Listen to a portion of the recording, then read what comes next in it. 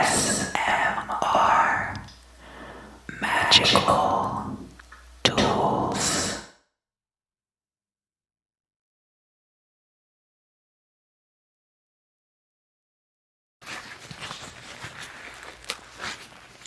Hello. Welcome back.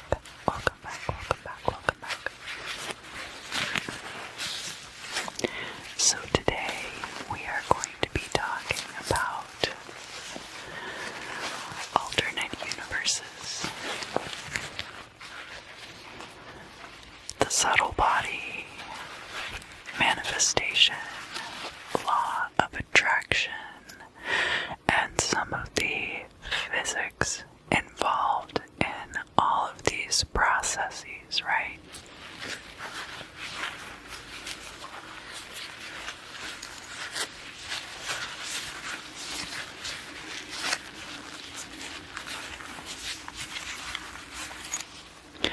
So, I think that the idea that a lot of people have is that the universe is like this pouch, and it's self-contained. And there are ways to get in and out of the universe, like when you open and close a zipper, and that somewhere deep within the recesses of this universe, you exist, right? You exist. And so if you want to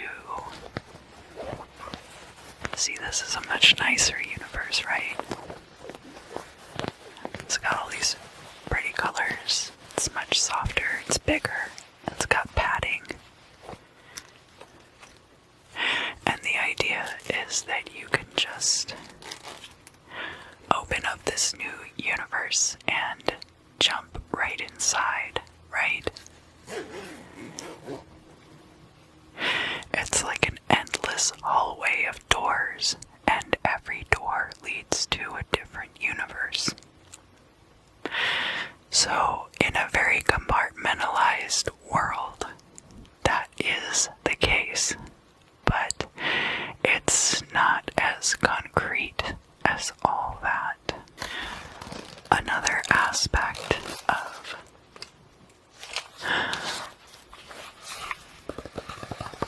this process is like imagining that the world around you and the universe as a whole is like a sheet of notebook paper. And everybody who is participating in this process is constantly making lines on this piece of paper. Some lines you write in pencil.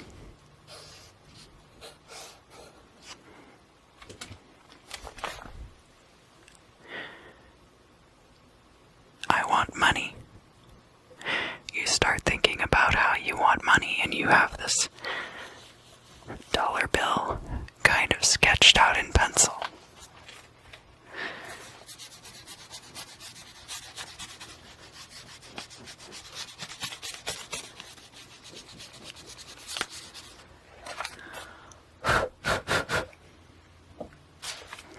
You can erase that line, and then you see the outline is still there, but it's very faint. So all these thoughts, all these ideas that come up, there is that gestalt of it becoming something with that thought. I think, therefore I am. Well, you're halfway there. I think, and therefore the thought becomes. Now, you can, when you do law of attraction and manifestation and other types of magic processes for manifestation, basically you are sketching something out in pencil.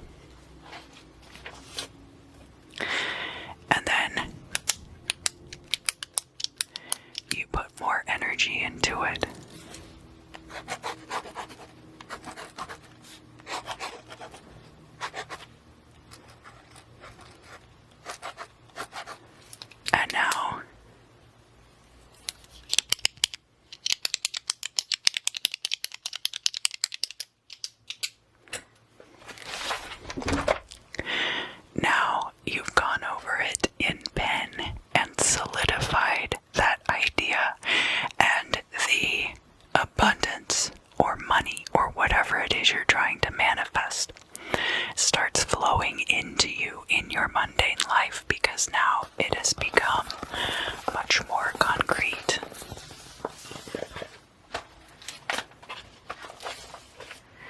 Now you also have things like murder and other lesser degrees of violence which cause trauma in people's lives. And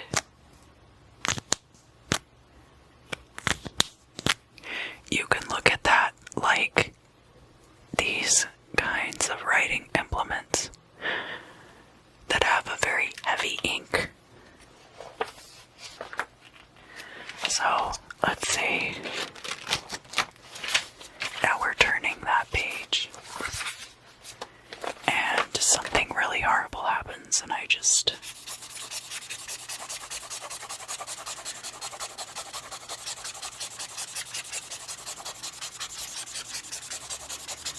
color all over that. Now observe that is not the same. That's not the same page. That's not even the same universe, possibly, or the same tangible reality which we consciously occupy.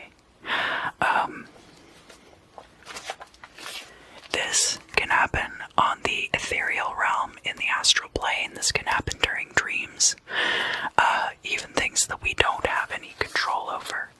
It can also happen very really in your daily life.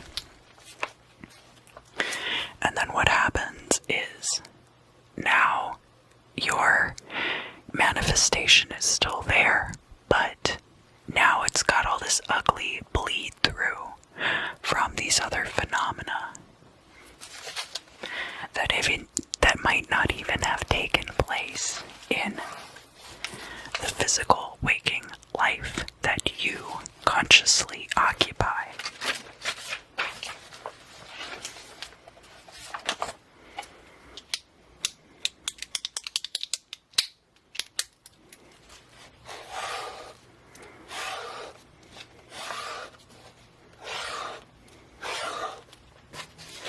You could even think of it as separate levels of consciousness, or your separate levels of involvement in certain planes of existence. But it's really not simplified like this. It's not this simple. It's more like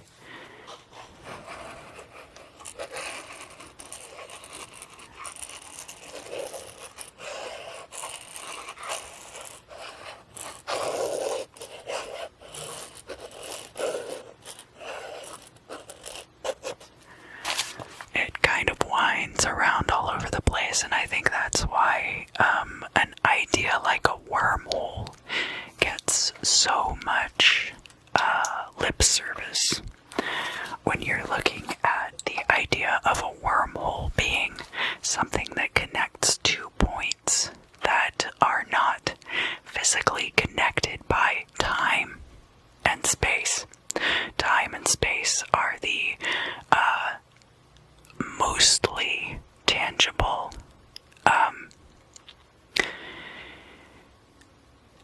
metrics, shall we say, that as humans we have adopted to describe linear travel through our realm. However, that's incredibly limiting. That's really only looking at the surface factors that you can tangibly touch, and even time is much more fake than we would like to admit. The ways that we use time, daylight saving is a good example of that, and I really hope that eventually soon they abolish that. I could also talk here about the way that I feel about the Gregorian calendar and how little relevance it has on anything real or tangible. It's just that we agreed to use this same system, but it's honestly, it doesn't tell us as much about our progression through time and space as it could if instead of using the day and date, we could go by the star chart.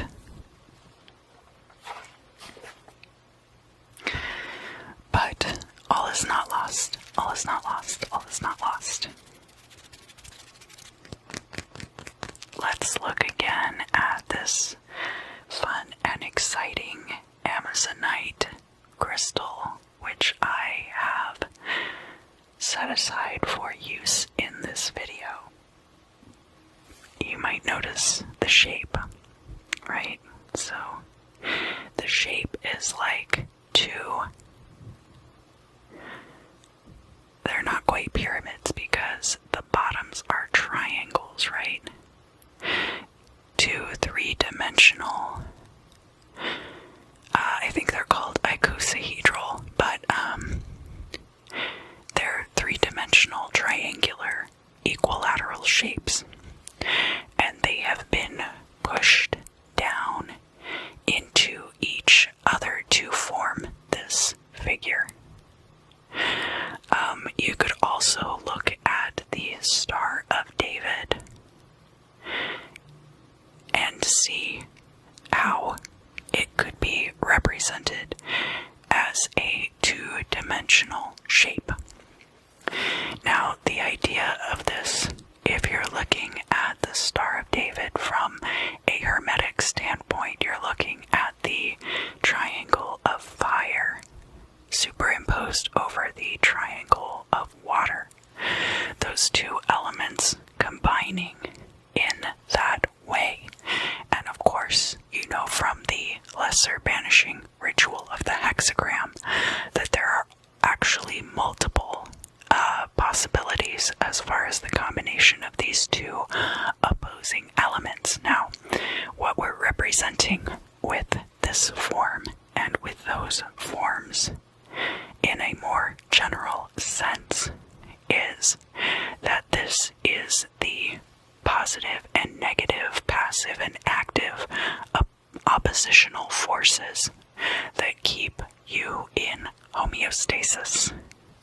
Now, you would not, as a human body, want to be in equilibrium, which would imply a totaling out of all your chemical processes, and of course would lead to death. What we are looking at is the idea that there is a balance between all of these forces that act on the subtle and the physical bodies. And you come away with the idea of an encapsulating energy field. And really, when people are talking about the Merkaba, that is what they are talking about. Now, the Merkaba actually does go back to Jewish mysticism. And there are similar ideas in a lot of other religions as well. The Hindu religion, they talk about the spaceships of the gods, and Ezekiel seeing the wheel, seeing the chariot of the Lord,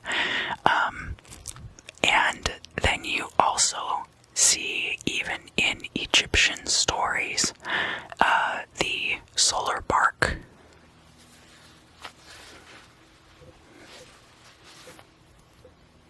This guy. Even the solar bark you could think of in similar terms, and especially I did the video where I was doing the reading of the Book of Gates as a guided meditation for pathworking. So you're thinking about the solar bark then with your personal guards to keep you safe. Now that is important, that you have proper wards set up, or you have summoned deities or entities to keep you protected while you are doing things in this state, okay? Because everybody has that subtle body field around them, but not everyone is actively using it. Not everyone is an active participant in their spaceship experience. And again, I say spaceship, but really this is something that you could think of it a lot. I feel like the TARDIS from Doctor Who is a really good representation of what we're talking about here. Because it is a vessel which can travel through time and space and often alters that particular universe in the process of travel. So there is effect that is not just mundane effect of I travel back in time, I land on the first mosquito, and dinosaurs never end up happening as a result. There are these minutiae that do end up affecting universes as a result of this travel.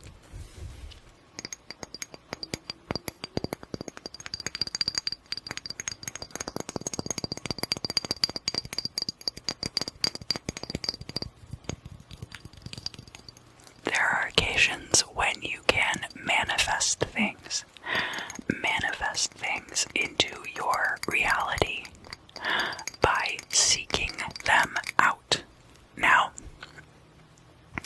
there's a difference between wanting money, desiring something, desiring money, desiring power, desiring fame and fortune. There's a difference between that and the actual manifestation of that, because the longer you desire something that strongly, the more attached you become to the idea, and over the long term, you are programming your brain to be dissatisfied with any result, right? Because you then have formed this attachment to the desire of the outcome rather than remaining detached and allowing the thing to take shape. It's like you can't squeeze something tightly and never let it go and still have it function the way that it should. It could get crushed, it could get squashed, it could suffocate. Those are all possibilities. So it's not that the desire for something is going to totally preclude your ability to obtain it, but it will hamper it quite a bit. Now, what does this nice sounding rock have to do? What does this nice sounding rock have to do with all of this? Well, I'll show you. Now, look at the surface of this stone. This is a dendritic stone. I believe it is some kind of agate. It has these dendritic inclusions you can see here on the edge where this greenish mineral is included. And sometimes green can be cupric compounds. Kubrick. No, not the guy who directed The Shining. I mean like obtained from copper. Sometimes copper infiltration can cause these kinds of greenish dendrites throughout the stone. I had a stone like this when I was much smaller, and it was just a little tumbled stone, but it had this really wonderful, if you can hear the texture of that stone, it's not like a smooth polish. It reminded me of the texture texture of wintergreen gum, wintergreen chewing gum, and because it had all of these green inclusions in it, the green dendrites, I was very attached to the idea that it was a wintergreen stone. I look at this stone and I get that fresh, minty rush in my nostrils and in my throat from the idea of it being wintergreen, even though it's not. I haven't even put this in my mouth, believe it or not. I didn't lick it, not once, I promise. If I did, perhaps the illusion would be gone. But having that stone when I was very small, I knew that such a thing existed. And later on in my life, I started to try to seek something out that would be similar. And in fact, I did end up finding this, which is a beautiful, large specimen. It sounds beautiful when you tap your fingers on it. And it is very representative of the dendritic patterns that I was seeking. This was not the first stone that I saw that was similar to this, but this is the one that met all of my criteria of size, the price, and the overall texture and effect. Some of these stones have a very smooth, glossy polish on them, and that wasn't what I was looking for. I definitely wanted something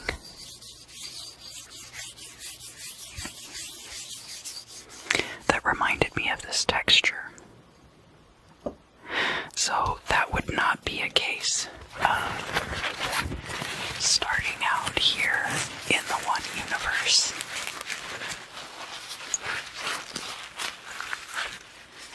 And then jumping out of this universe and going through a wormhole and ending up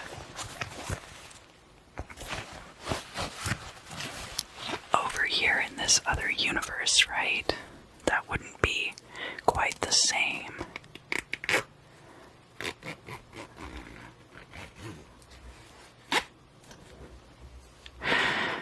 It's more like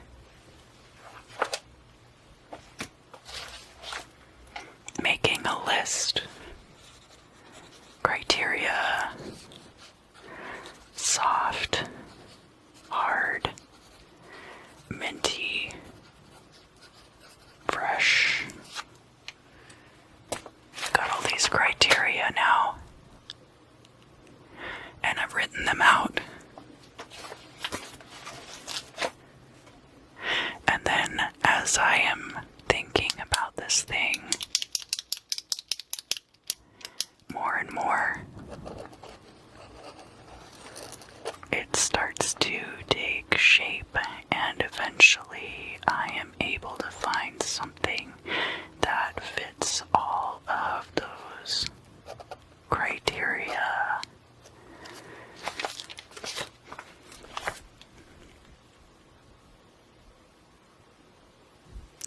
Now, this is also a combination of things. So, stones take a very long time to form. Millions and millions of years. And so somebody had to find this in the earth and cut it down to this shape. Was I very specific about the shape? Not really, but I like this shape a lot. So there are some instances in which you are leaving certain criteria up to chance, and that improves your own chances of obtaining the positive outcome, right? And this is not the only thing that I've ever manifested like that.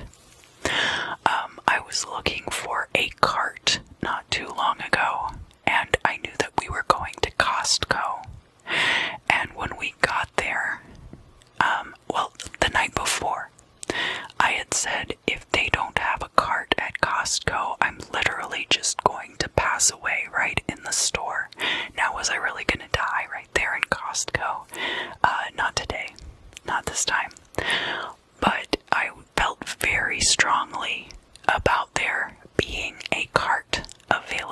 sale there.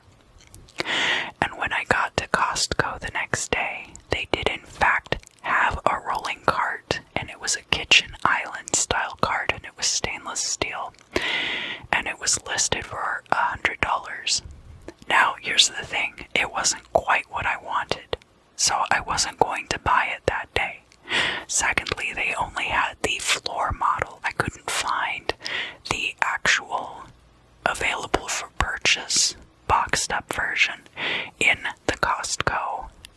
So I knew that I had manifested a certain outcome, but that Costco was not ever really going to have the thing that I personally wanted that was the right one for me. Now, throughout this video, I've been discussing these things purely in materialistic terms, because the mind understands the concrete much better than it understands these less tangible concepts, less mundane. I like the word mundane for the physical world. I think it describes it quite well, because there is actually quite a bit more going on underneath the surface of everything. But the same principles will apply to relationships. In fact, and I'm not saying this to victim blame, because this is not the totality either.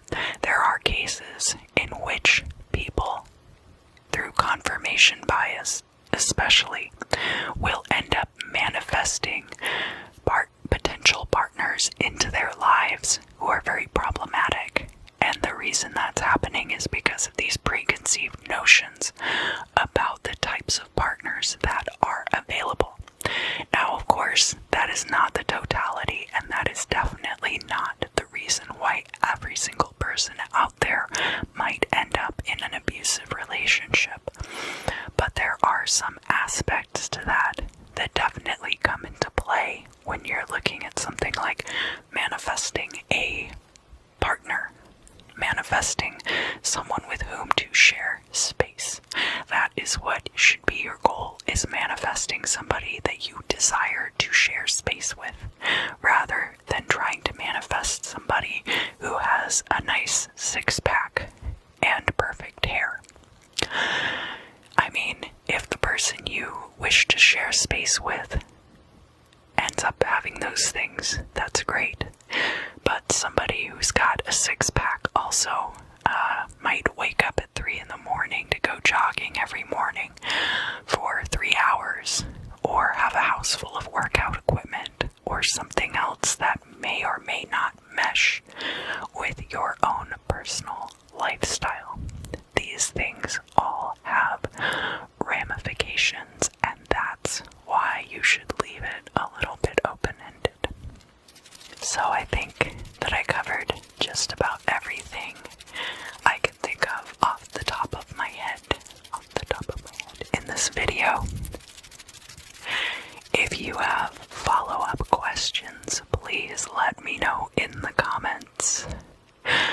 Over the next few weeks, I am going to be doing videos about how to structure your astral temple, because it is very good to be able to structure those ethereal spaces a little bit more, so that your conscious mind can use them as tools, because otherwise the conscious mind has a very difficult time navigating ethereal spaces the same way the unconscious does. And that's why our dream states are so unpredictable.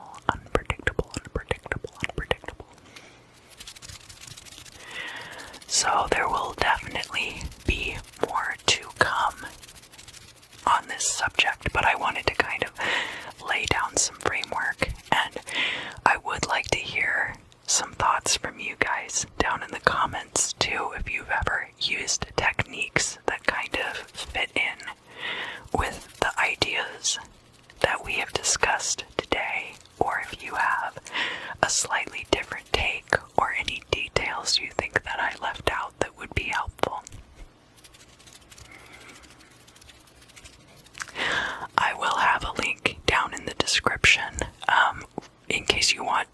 send